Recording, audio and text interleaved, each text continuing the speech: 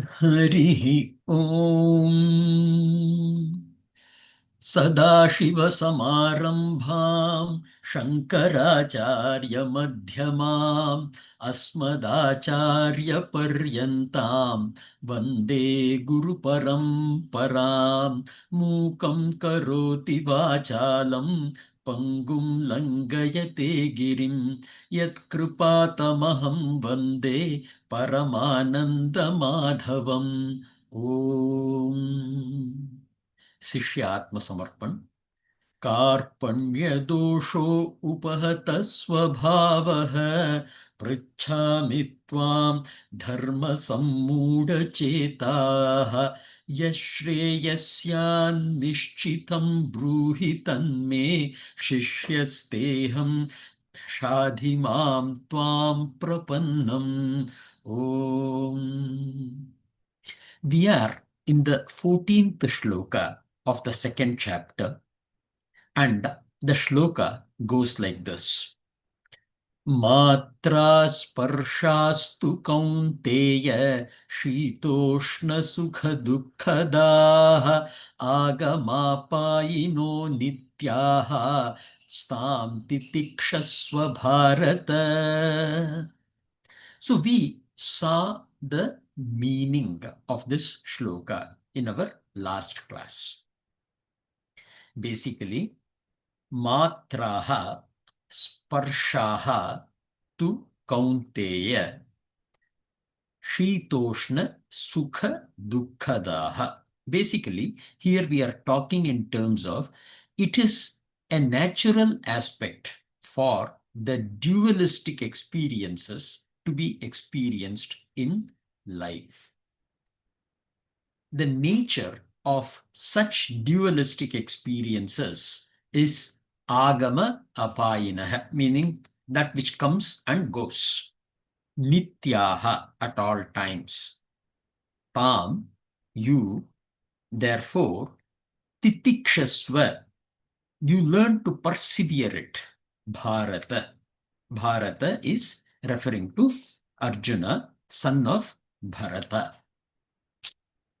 Now, while the shloka number 12 and 13 spoke of Atma Gyan, Bhagwan will switch to Anaatma Swarupam in the shloka number 14 and 15.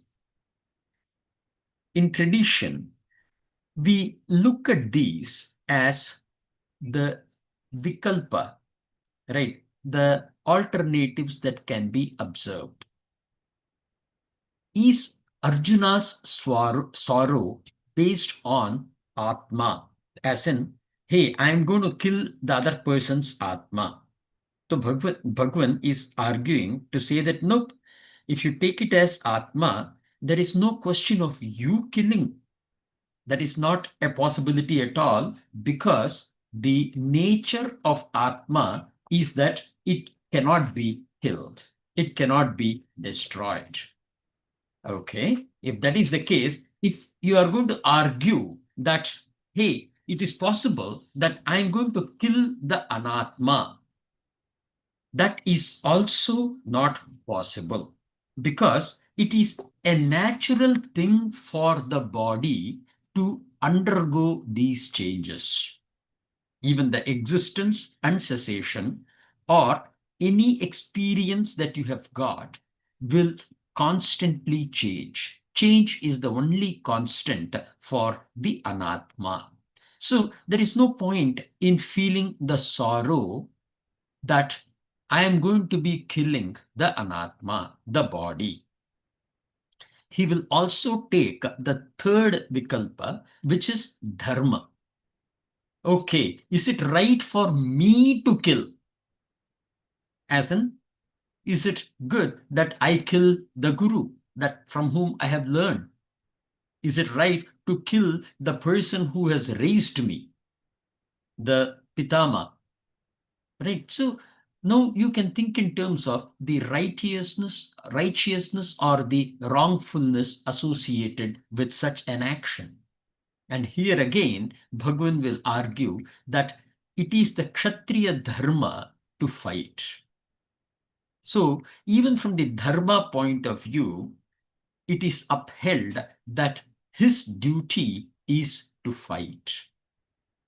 So therefore, from all the possible angles, he will remove the possibility of Arjuna saying that I will not fight the war. So that is a very nice way of presenting your case. Right? That is the basis of Bhagwan's Upadesh that he started in Shloka number 11. Now, as Acharya introduced, it is also important to clarify that samsara is only related to Anaatma.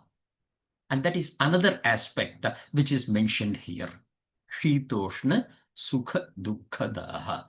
Right. This is the samsara.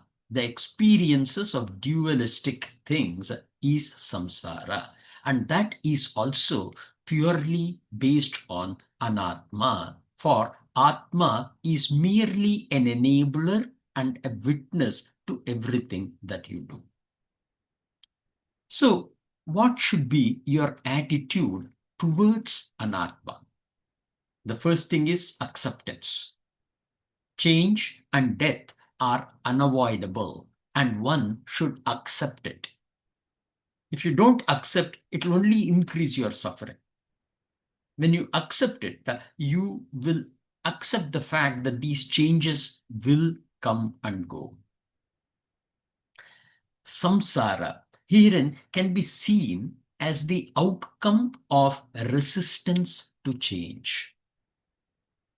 Because when I resisted, the feeling of sorrow or happiness, all those experiences came about. And that is samsara. That resistance, once it is removed, is automatically a cure to the samsara. The world is all about change. Every moment, the world changes. It is the experience of the Atma Amsam of Nityatvam which makes us seek this Nityam in the world due to ignorance. This is one of the key lines that we speak about in our tradition. Who am I? I am the Atma, the soul. What is a mistake that I'm doing? I'm seeing me as this body. Right? But in the core, I am the Atma. And what is Atma? Atma is Nityam. It is eternal. And because of this Nityatvam, I search for the Nityatvam in everything. Even if in case I have bought a new laptop, I feel like this is going to be there forever. But over a period of time, it diminishes in value and gets destroyed. No matter you take anything, you will see that you attach that sense of continuity in them. And when that continuity is disturbed, you see it as it getting destroyed. And this continuity of existence is a borrowed experience of the true nature of Atma. Now, this arises out of our resistance to change, is another thing that we mentioned. Resistance includes welcoming the change or regretting the change. When we accept the change, realized or unrealized change, we become stable. When we show resistance or fail to accept that particular change, we experience the sense of elation if this change is bringing a joy to me, or pain and regret or suffering if the change is not seen as favorable to me. And this favorable and unfavorable is based on that nityatvam that you attach to the experience that you have got. An extension to this is an expression from an acharya, one of the acharyas, that we tend to change the change that we experienced, causing the samsara. Right? So that resistance is the whole aspect, which is even for the happy things which you are trying to keep it, right? The whole thing is it is not kept. Basically, you're resisting the fact that the change is totally getting invisible in your eyes. When you look at a person and you realize that every moment he is that moment old, 1 second is 1 second old, then you will realize that the change is that constant which is happening. Everywhere you can see it. And everywhere you see an object, you put an expiry date into that. Remember, realize that. And when I put an expiry date, just because 1 day has passed, the expiry date also doesn't get pushed by 1 day. They always go towards that expiration date. If you realize that, then the samsara is automatically evaporated. So here, Kaunteya, hey Arjuna, matraha. Now, as per the dictionary, the meaning for matra are several, right? Dose, degree, amount, a correct measure, property, etc. There are two meanings that we look at. One, the indriyas, which is jnanendriya. In this case, matra means to measure. That which can measure the sound, that which can measure the light or recognize the light, etc. That is matra. So we get the meaning jnanendriya, which means matraha. So the first derived meaning of the term matraha is jnanendriya. The second one is an object, as in that which can be known, that which is measured, is the definition. Right. So me looking at this computer, we can attribute the term matraha to my eyes, which is the jnanendriya, as well as to the computer, which is being measured. This is 3 years old. This is 5 years old, and so on. Right. That aspect, because we are measuring this product that I'm seeing. And hence, this is also referred to as matraha. Right? So, matra means to measure, basically. And if you derive what it is attributed to, you can attribute it either to the jnanendriya or to the object itself.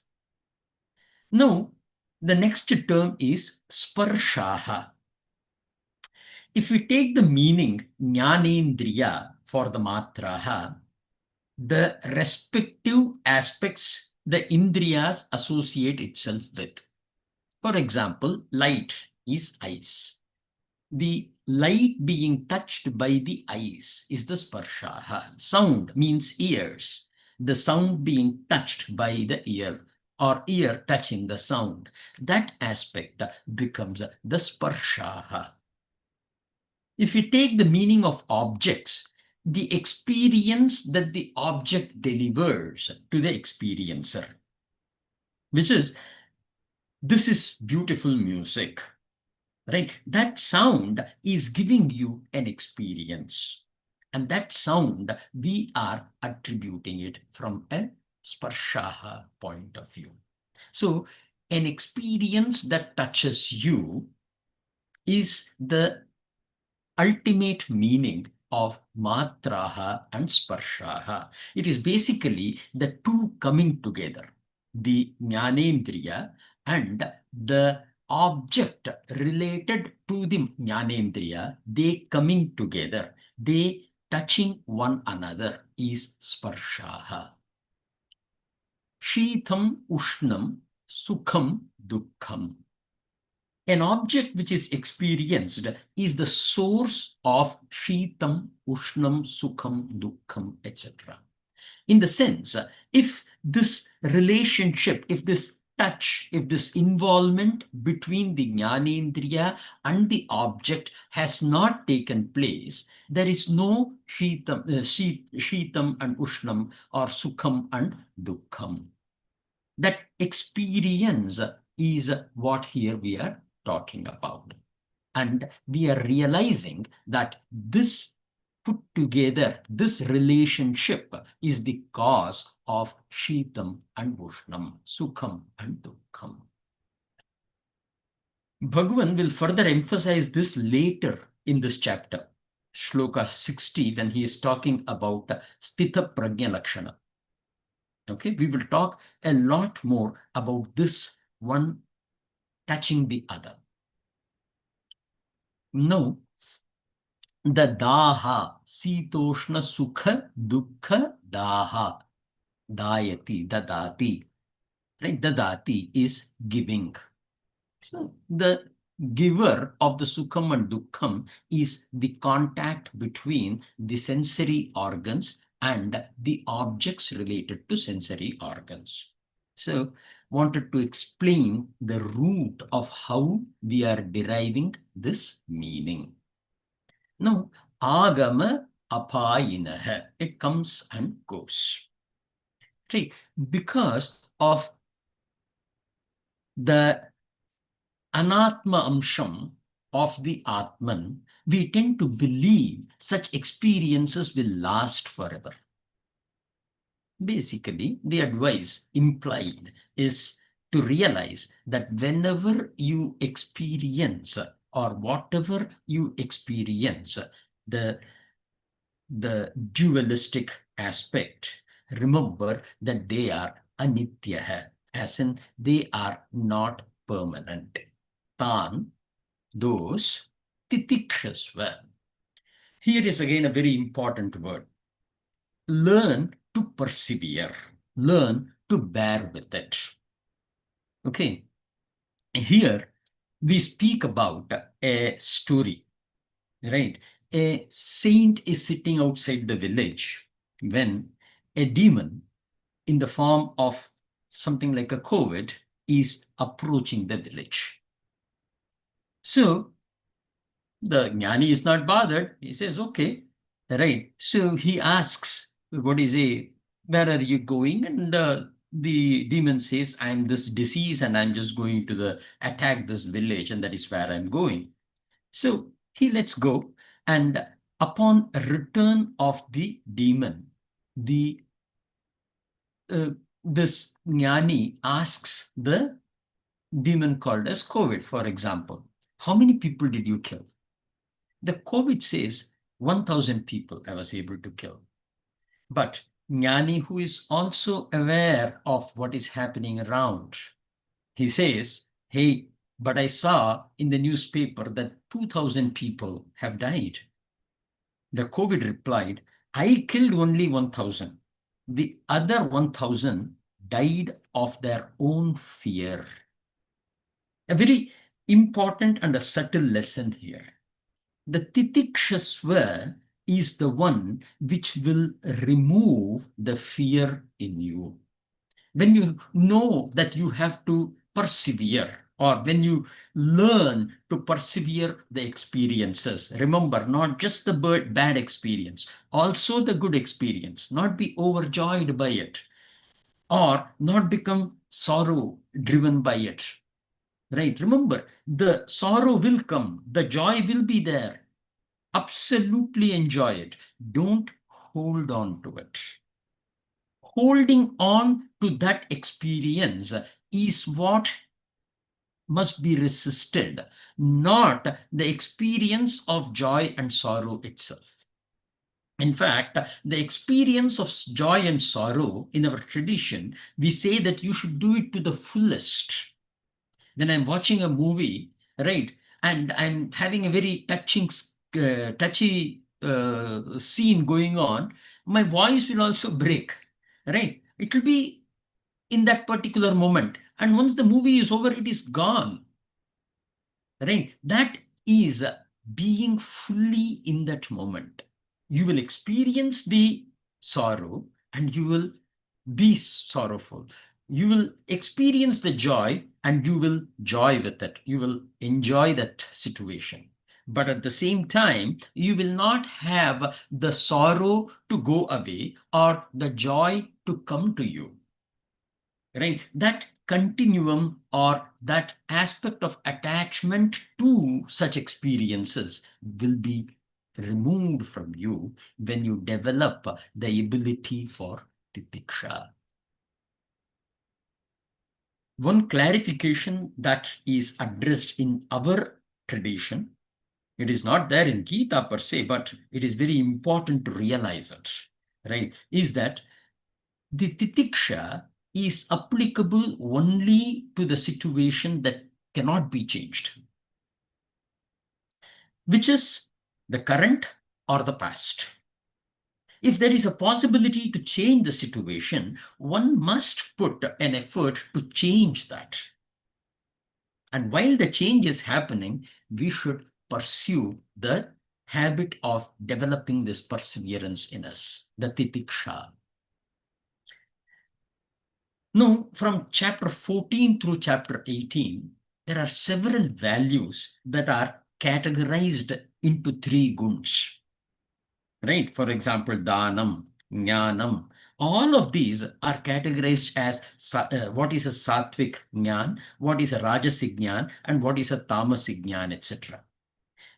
The titiksha has not been a concept that Bhagavan has chosen to define in Bhagavad Gita. However, something related to it, which is dhriti, the determination, is defined. Because it is so important, we in our tradition include the expression about titiksha in this shloka. A sattvic titiksha is that which explores the possibility and pursues the effort to change the situation or to prevent a recurrence of that situation, etc. So it is very scientific in nature. I do not get overwhelmed by the situation. B, I understand and develop a rational capability to analyze, dissect, and define how a change can be implemented. And 3, I will pursue with that particular change to avoid it from happening in the future. That is the sattvic bhavam of titiksha. Herein, the titiksha will allow me to persevere the current experience, but also promote the ability in me to fight for a better or more opportunity or some of the opportunities that can bring betterment to such a situation. Right? So that is the sattvic bhavam of titiksha. The Rajasic bhavam of Titiksha will be very loud and expressive. Like, see how patient I am. You can see how perseverance I have got. When this kind of aham bhava kind of expresses itself, remember that is Rajasic bhavam. Now, the other thing about Rajasic bhavam, which I have not mentioned here, is what do you say? I last time persevered, so you should persevere. That is going into that trading kind of situation to say that, see, I did this, so you do this. Or I should do this so that next time that happens, I can tell him he should do it. With these kind of intent, when a titiksha is observed, then that is the Rajasic bhavam or Rajasic expression of titiksha. The tamasic bhavam of titiksha will put no effort and bear with the situation and experience the samsara. So much so that we even turn around and blame the fate for it. We will go and say it is because of Brahma, the Lord Brahma, Chaturmukha Brahma, that all these things have happened. Right? So that is the tamasic bhavam, wherein I express helplessness and suffer the experiences of samsara with that situation. So remember, when we talk about titiksha, this definition of Sattvam, Rajas, and Tamas should come to your mind, and we should develop the Sattvic bhavam of Titiksha and pursue our life. Now, Shastra says, Ahimsa Sahanam Titiksha. Okay, so the definition that is provided in the Shastra is Ahimsa Sahanam, that being able to forbear the ahimsa is titiksha. Such the sahanam will be without any regret or helplessness that you bear with it. And this is the source of the definition of Sattvic, Rajasic, and Tamasic expression of Titiksha. Titiksha is when you persevere with no resistance, is the core of this advice in the Shastra. Bharata, we know, O Arjuna, the descendant of Bharata Vamsham. Now, how does Acharya put it?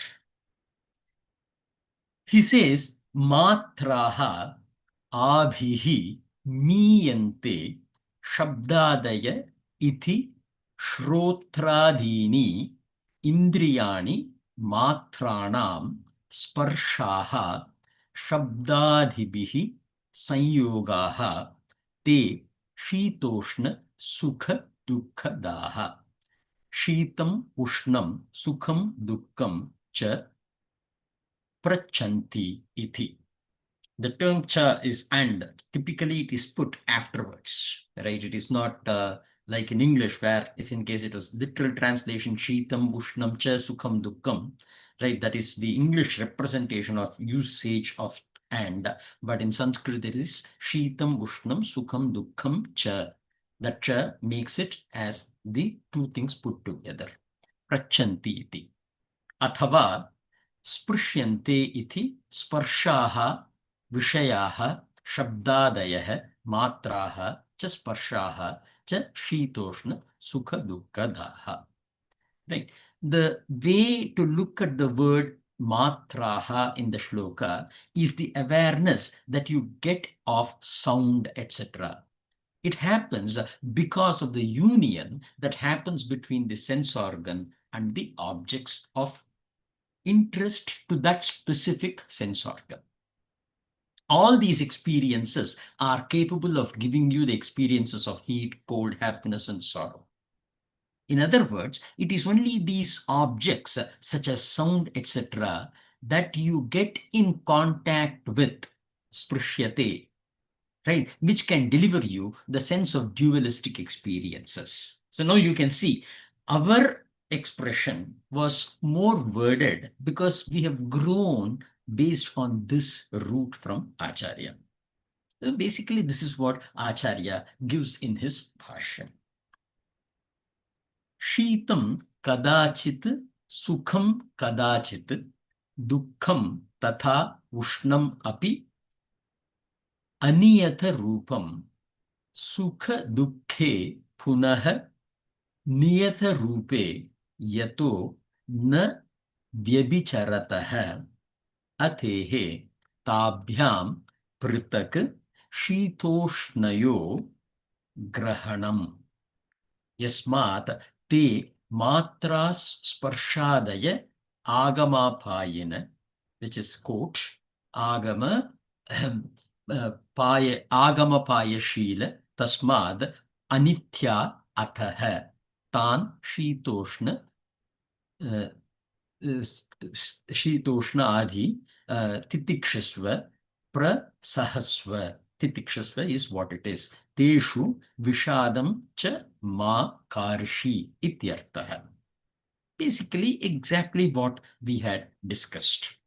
In literal sense, the way is a very important value is spoken here, is the way that we see it. It is from the same object of experience. We know that sometimes we experience happiness or comfort, and sometimes we experience sorrow or discomfort.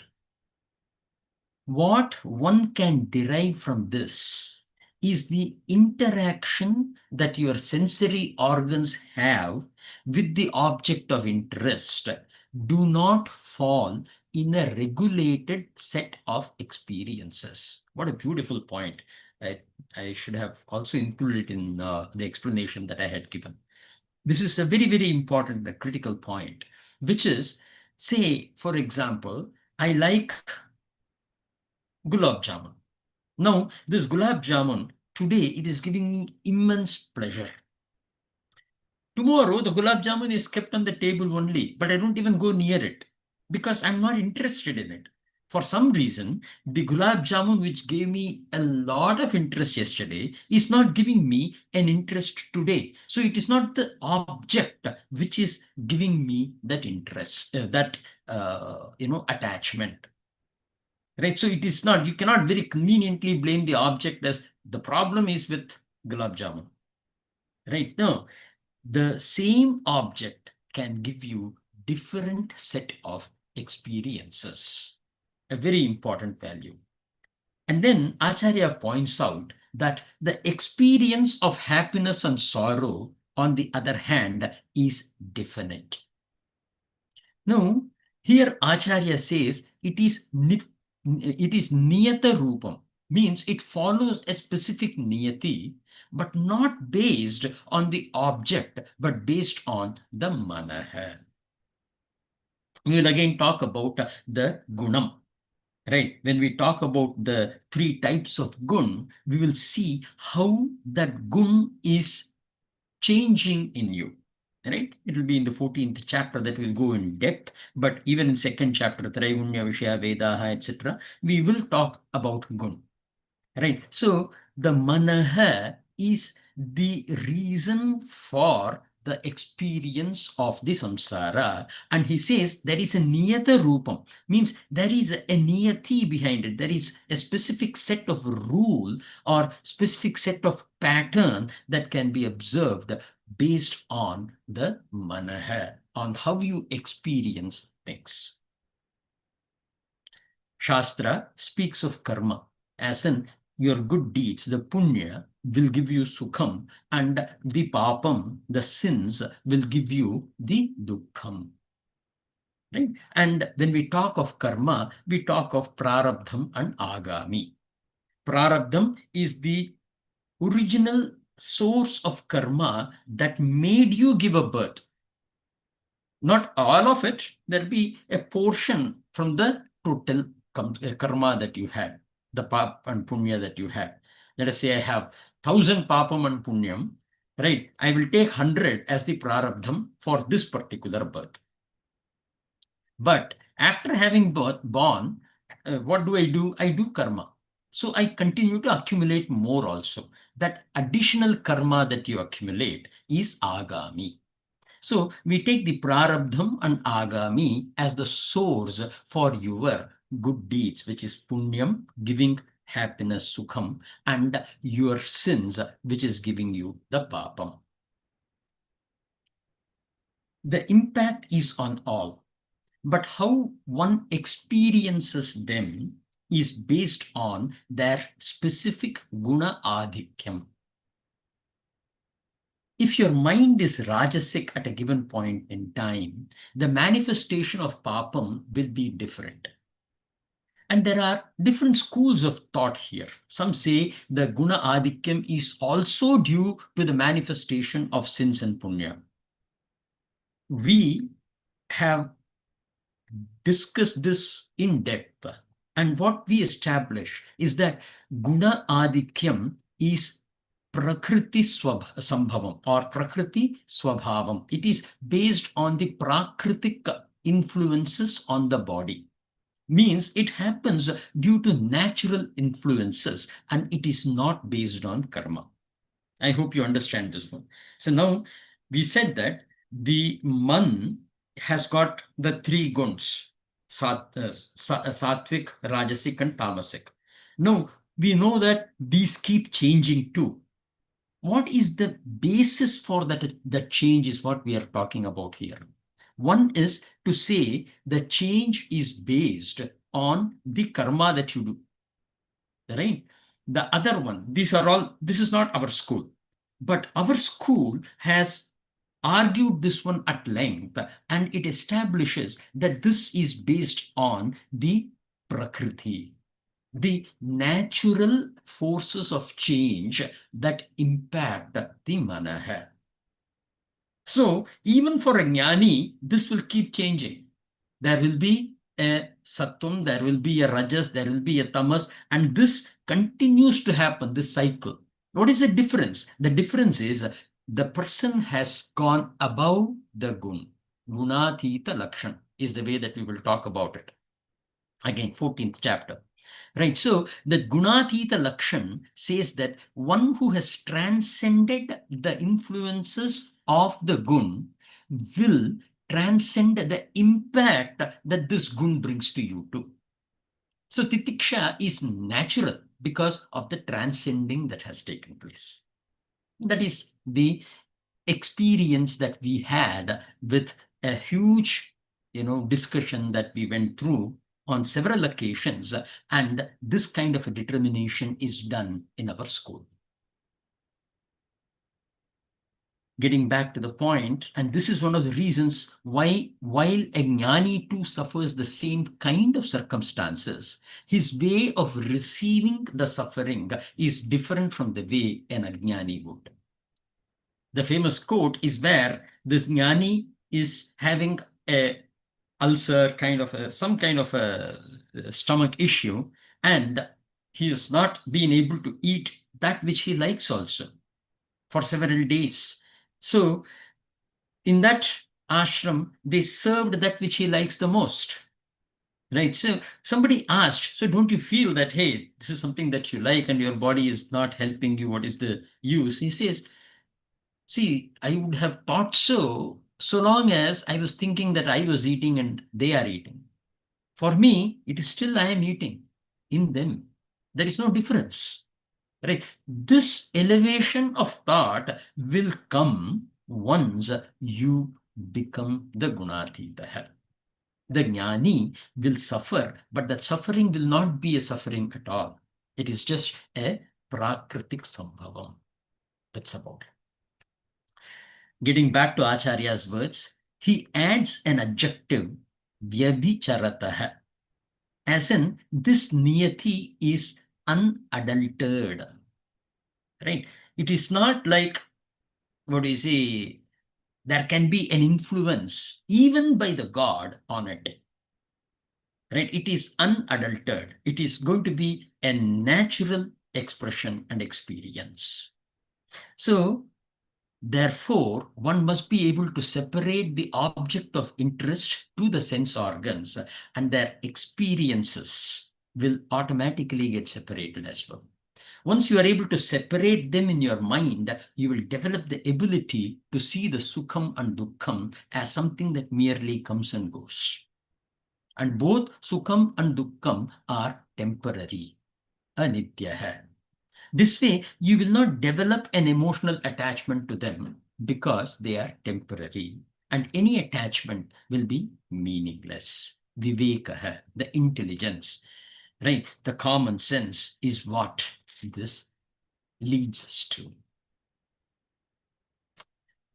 Then he introduces the 15th shloka here.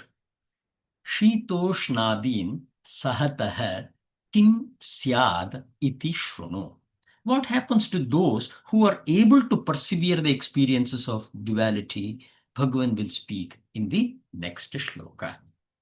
The 15th shloka goes like this. Yam hi navyathayantyete purusham purusharshabha Sama-Dukha-Sukham Dhiram somrutatvaya kalpate.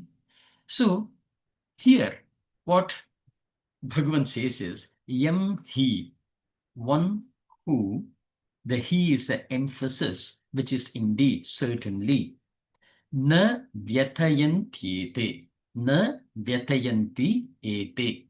Ete is by all these, Na vyathayanti is not getting disturbed, does not feel the distress. The experiences that lead to the feeling of happiness and sorrow, etc., is removed from the experiences and seen merely as the mental changes that are naturally happening in one person. In other words, it is not this experience which is giving me sorrow. It is just my mind is going to be sad today because of my gun. After 1 hour, the sorrow will go. I'll be very joyful. I'll be very happy. I'll be very content. That is also because of the change. It is not because of an experience, but because of the natural change. Right? That is what Bhagavan pushes here. Purusham Purusharashabha. Who Arjuna, who is bull among the men. Sama-Dukha-Sukham. Sama is balanced or uninfluenced. Then Dukkham and Sukham. Dukkham, sorrow or misery. Sukham, happiness or prosperity. Dhiram. Dhiram is, oh wow, Mama ka Pandavas chaiva. Oh. Dhiram is, he is qualifying such people as Dhiram. Right? Dhiram means one who is very well versed in this Shastra, or who is very well versed with the truth about life. That is Dhiraha. Saha Amrutatvaya. Saha is that person, Amrutatvaya.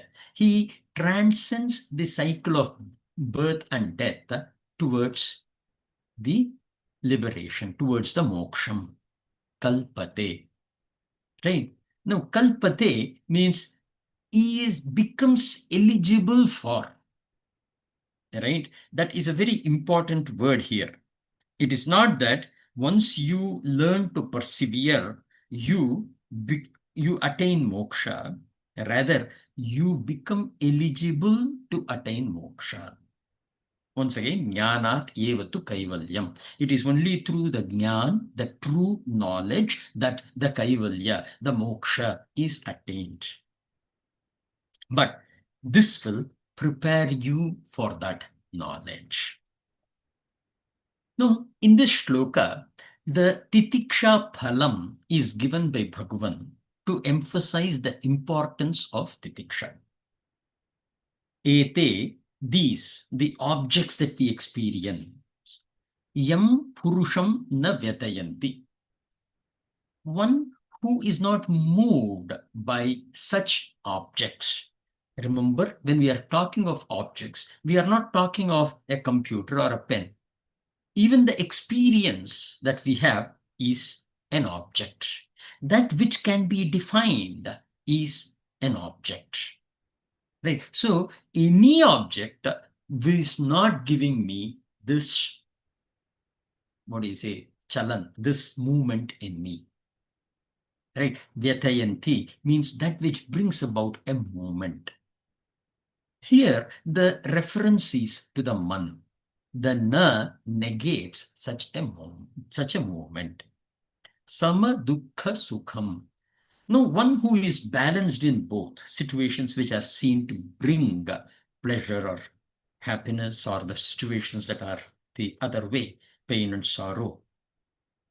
He is emphasis, certainly, definitely, Dhiram is the virtuous one who is a Viveki, one who is very intelligent. Saha Amrtatvaya. Right? Saha is he, Amrtatvaya is the moksham. He becomes suitable for liberation. Kalpate. The term kalpate, as per dictionary, means consider as, partake of, suitable to, etc. Basically, the eligibility is being emphasized in the term kalpate. Purusharshabha is one who is the bull among men. Now, the core value is letting the mind not waver due to the experience of Sukham and Dukkham. As observed by Acharya in the previous shloka, this can happen only when the experiences are separated from the objects that seem to be the source. It is not. The objects are not the source of your experience. The experience purely comes out of the gun, which is predominantly at the control at that point in time in your manaha. This vivekam, this intelligence, this ability to rationally see this makes one the dhira, one who is intelligent. This is how we walk through the shloka to understand it better. A very beautiful value by Lord Krishna. Acharya puts it, Yam hi purusham Sama-Dukha-Sukham, which is coming from the shloka. Same dukkha, okay. Dukkha sukhe, actually, I don't know, dukkha sukhe, yasya tam sama dukkha sukham, sukha dukkha praptau harsha vishada rahitam dhiram, dhimantam na vyatayanti. Right? Nacha chalayanti is the word that he is using to define vyatayanti as a chalan, right? The movement. Nitya atmo darshanad. Why is it that he is unmoved? Is because he is able to see himself as the Atma. He is at all times in the swaroop of the Atma. Ete yathaktaha, yatoktaha shitoshnadayah. स नित्य आत्मा दर्शन निष्ठो द्वंद्व सहिष्णुः अमृतत्वाय अमृत भावाय मोक्षाय कल्पते samartho bhavati. Right, which is samarthyam that we talk about. I was wondering what is happening to my eyesight. Right. So samartho bhavati is the common thing, samarthyam. Right, that's used in Tamil also. Samarthya is used in Hindi also. Basically, it is the capability, the the necessary pre-qualification for something. That's samarthyam. Right, that is what it is. So dhiman are those wise men who hold a balance, see and treat both the dukkham and sukham in the same way. Now, same way doesn't mean you will go experienceless or expressionless. You could laugh and express cheerfulness upon encountering sukham and could cry and express sorrow upon encountering dukkham. Everything will be there. Lord Krishna is seen from that point of view. Right? The nicest of the experiences was about Sudhama's story. Everyone knows about Sudhama's story. Sudhama was a classmate of Krishna in the Gurukul that he went to. Right? Now, what Sudhama and Krishna develop is an amazing friendship. But upon completion of the school, they are going their own way.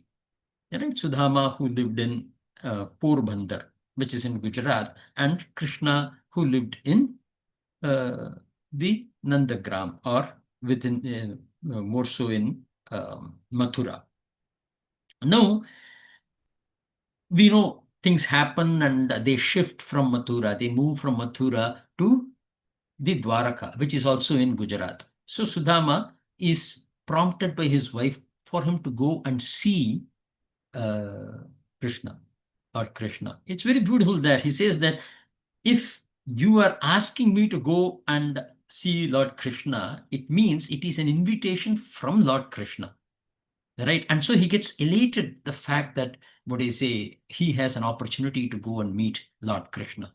And we know how the whole things happen. He goes off in torn and rugged clothes, right? But he is, received in the highest of the honor that even kings don't get in Dwaraka. Right? That much of honor he is given. Right? The fact is, he makes Sudama sit in his throne.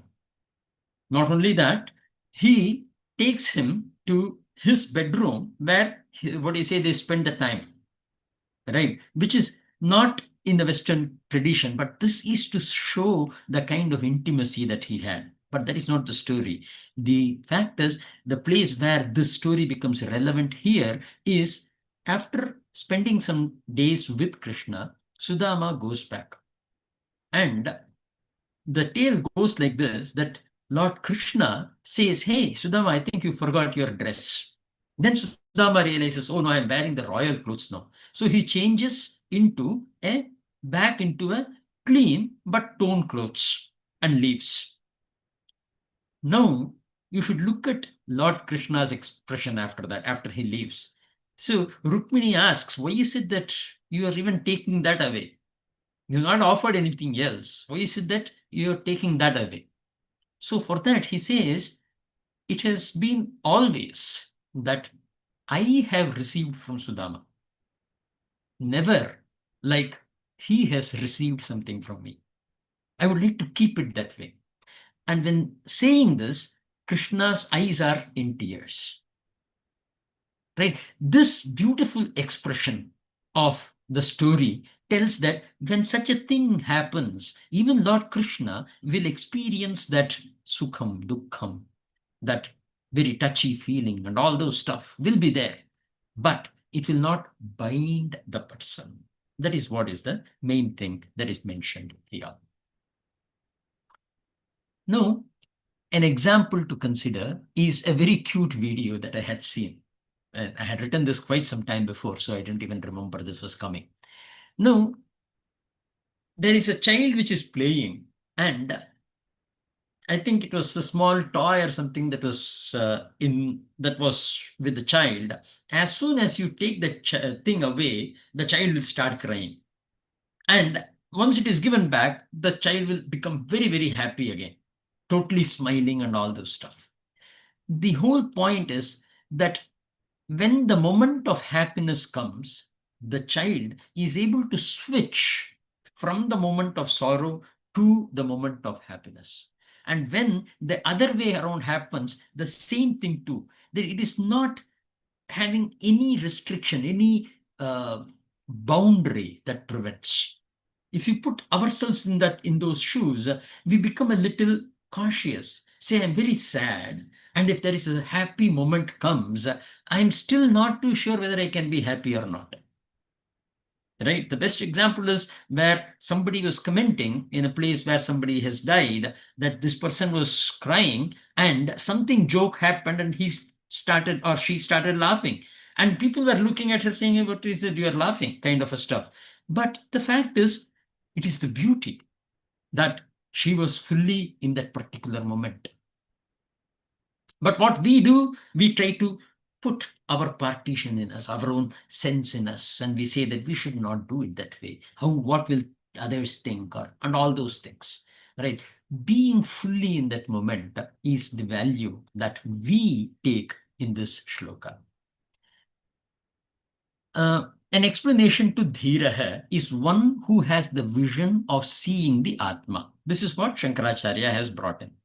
That which is seen is Anaatma, and the seer is the Atma. The dualistic experiences are merely seen as an expression of the Anaatma. That is the core.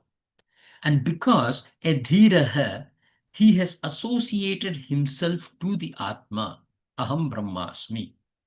Right? Having realized that he is the Atma Swarupam and not the Anatma Swarupam, the objects that are experienced merely come and go as something that happens in a movie. When I'm seeing the movie, I could be impacted. However, if I'm seeing the beam of the rays, right, in those days we used to have it, I don't know how the theaters are now, but you can see that beam going through, and nothing will be actually, it is just changing colors, that's about it. Then a person realizes that it is this which is the jnana. There are other places where the background, the screen is given to be the soul, whichever way we put it. But when you look at it from that point of view, there is no impact to you.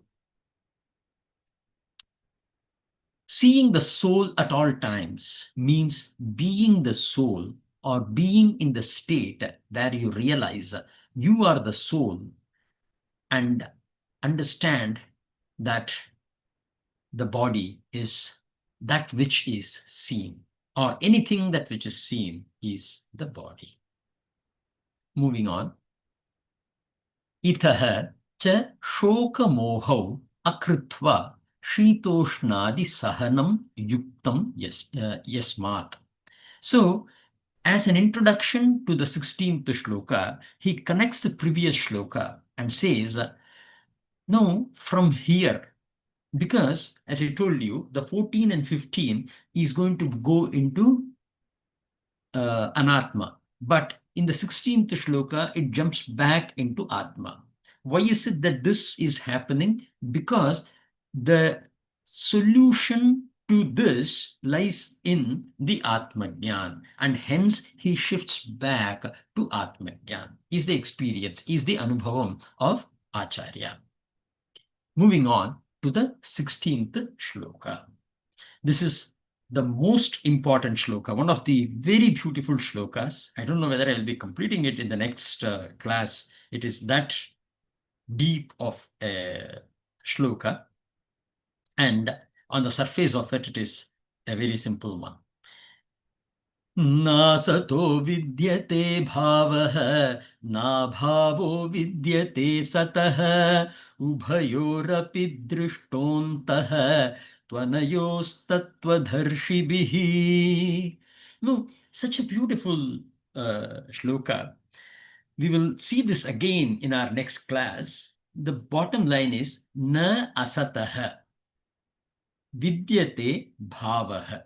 If it is non-existent, then it cannot have an expression. Na bhavo, right? Abhavah, state of non-existence, right? It can reach a state of non-existence. Vidyate satah, right? That which has an existence. So something that exists can never become non-existent, and that which is non-existent can never have a form of existence. Ubhayorapi drishtontah. Ubhayoho. Both of this should be seen. Drishtontah. Drishtva. Sees. Tu anayoho tattva-darshibihi. Right? Of these two, indeed, by the tattva-darshibi, which is tattva is the truth, darshibihi is one who sees the truth. Very beautiful shloka, and we will connect on this again starting from this slide in our next class. Harihi Om Purnamadah Purnamidam Purnat Purnamudachyate Purnasya Purnamadaya Purnamevavashishyate. Om Shanti Shanti Shanti. Hari Om Tat Sat.